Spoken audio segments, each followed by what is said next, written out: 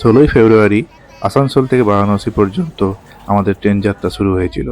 দুপুরের মিষ্টি রোদ, ট্রেনের ঝমঝম শব্দ এবং জানলা দিয়ে দেখা সবুজ প্রকৃতির দৃশ্য দেখে আমাদের ছোট্ট মেয়ে খুবই খুশি। এরপর ট্রেনে কিছু স্ন্যাক্স এনজয় করে আমাদের ট্রেন কিউল হয়ে পণ্ডিত দীনদয়াল উপাধ্যায় স্টেশন পৌঁছায়। এরপর রাতের ডিনার সেরে আমাদের ট্রেন গঙ্গা নদী পেরিয়ে পৌঁছায় মহাদেবের শহর বেনারস।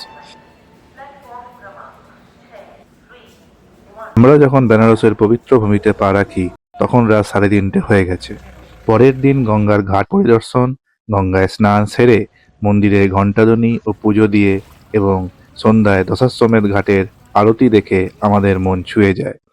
পরের দিন আবার ট্রেনে চেপে বেনারস শহরকে বিদায় জানিয়ে ফিরে আসি আমার হোমটাউন আসানসোল। এই যাত্রা আমাদের পরিবারের জন্য একটি অমূল্য স্মৃতি হয়ে থাকবে। আশা করি আপনারাও এই ভিডিও উপভোগ করবেন। ধন্যবাদ।